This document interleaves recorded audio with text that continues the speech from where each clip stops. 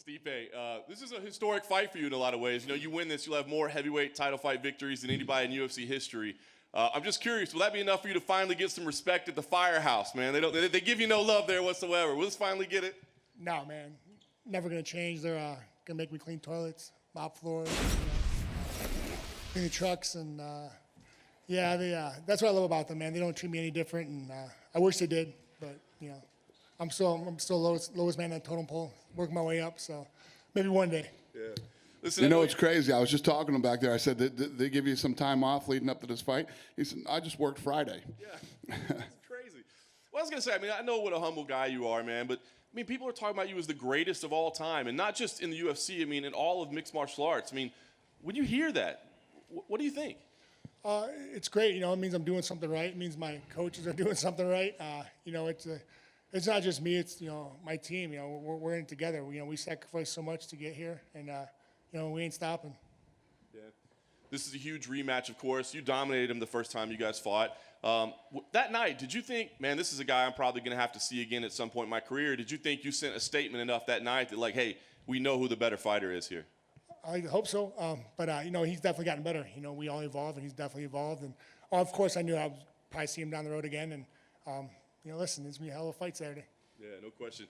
Of course, you've had the trilogy with Cormier in between. I'm curious, did that experience give you anything that you can take into this, right? Like what adjustments can be made in a rematch, how people adjust to you, what's different in a guy when you see him repeatedly. Did you take any lessons out of that series? Yeah, it took a lot of things. I think every fight, win or lose, you learn. And but especially those fights, they were grueling fights. And DC is one of the best of all time. He's an amazing player, amazing master, like I always say. And I definitely take a lot of things from that fight. Changing things up and just seeing what's happening. And he's real crafty. He's a good dude. Yeah.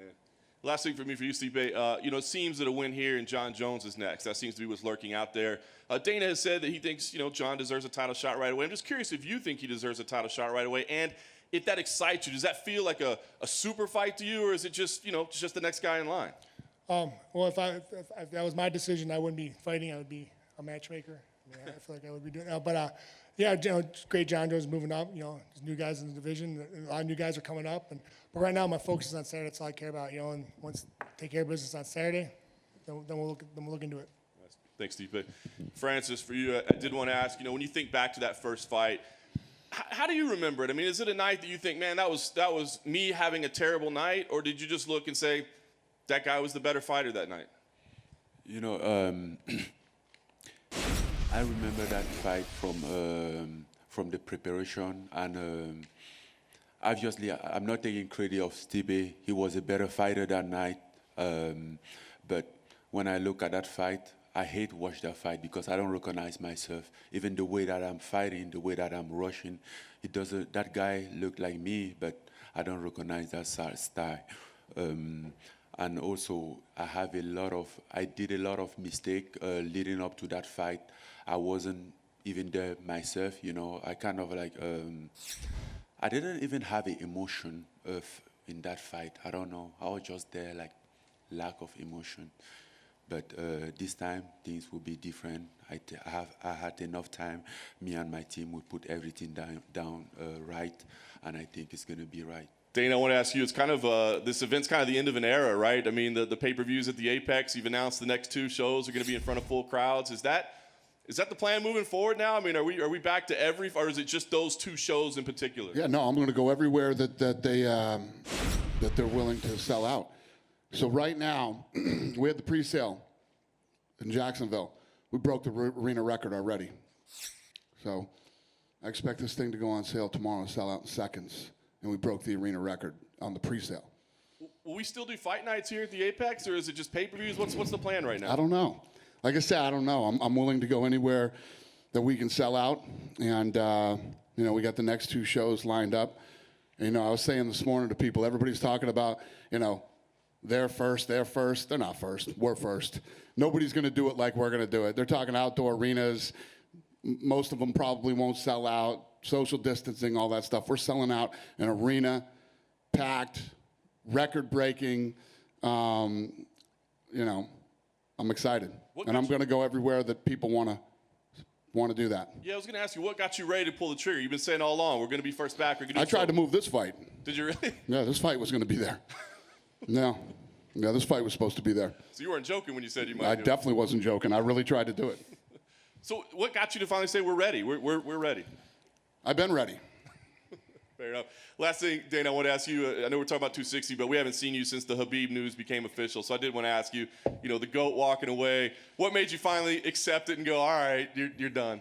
Yeah, no, listen, I told you I was gonna hammer on him for a while and try to get him to come back and fight. We got together. We had some great talks. We talked about lots of things, and he was ready to retire, and I think he's done. I don't think he'll come back. Last thing for me, I did want to ask how we came to Chandler Oliveira. A lot of people thought maybe Poirier deserved to be in there. Then you got Gaethje feeling a little left out in the cold right now. So how did that become the fight? Like Stipe said, a lot of people don't make those fights. We do, so. Obviously, Francis has improved a lot, evolved a lot. You've said as much. But what have you improved upon, and how have you evolved over the last couple of years?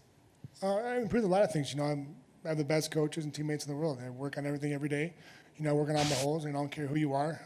You have holes in your game, no matter how skilled you are. I feel like I'm wine. The older I get, the better. Is that what it is? Like wine, older it gets, better it gets.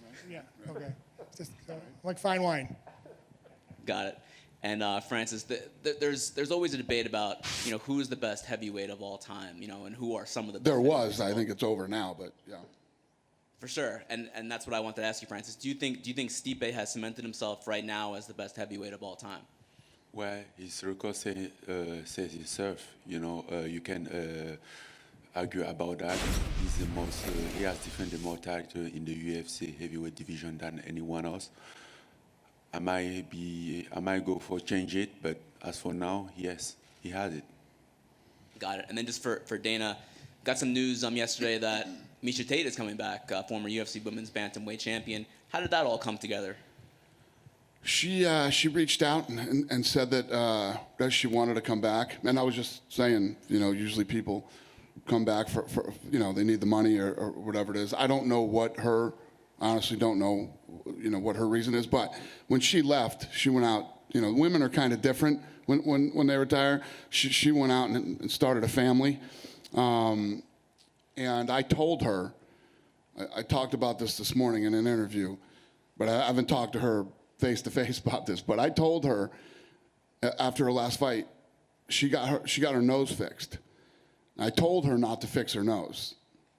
You wait till after when you're done fighting, I'll fix your nose. We'll get your nose taken care of. You go to the best guy in LA and get your nose done, whatever.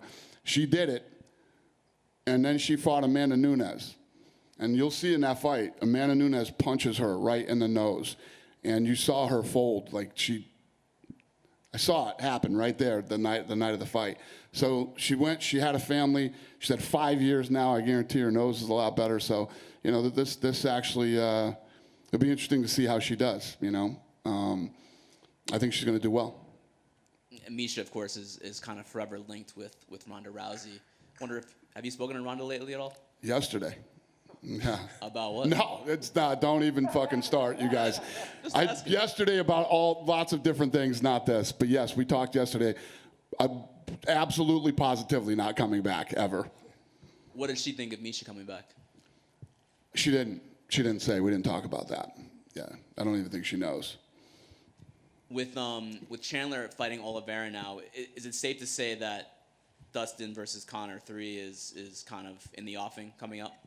Yeah. So when you asked about, Dustin wants the rematch. That's smart. That's what he should do. He should take the rematch, take that fight. It's a big fight for him. Kid's worked hard his whole life, his whole career to be in a position like this, and that's the fight you take. We've been in positions like this before with others who've made the mistake of not taking that fight, and biggest mistake of their lives. July, maybe? Yeah, it could be July. July makes sense in that ballpark. I know John Jones is next. We've already talked about that. But if Francis Ngannou beats Stipe MIocic, does Stipe deserve an immediate trilogy fight? That's a good one, Schmo. I don't know. We'll see what happens. See how this thing plays out. It'd be tough to say, yeah, to say no, he doesn't deserve the rematch, of course. Yeah, I don't know.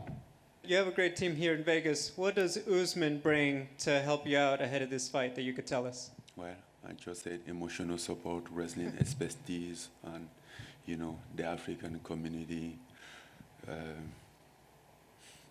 and.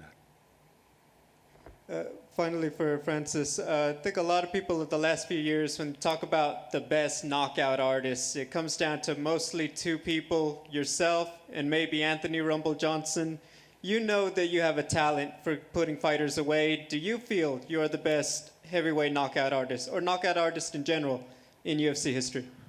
I'm not concerned about that, because that's not a title. They don't attribute that as a title. The title is to Stipe, and that's what I want. That's where my focus is at. And real quick for Dana, you've seen a lot of guys who just have that ability to get guys out of there. Does Francis, would you say he's got it the best, or are there other guys who think, you know what, maybe just a little ahead? Yeah, I mean, off the top of my head, I don't know. But when you think about scary guys that hit hard and take your head off, Francis is definitely top of mind. I can't think of anybody else off the top of my head who came in here and was scarier than Francis.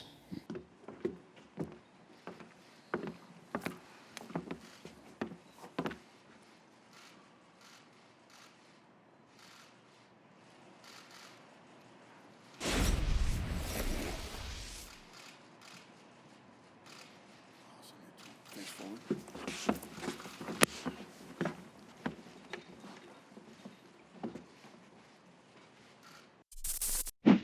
Thanks for watching ESPN on YouTube. For live streaming sports and premium content, subscribe to ESPN Plus right now.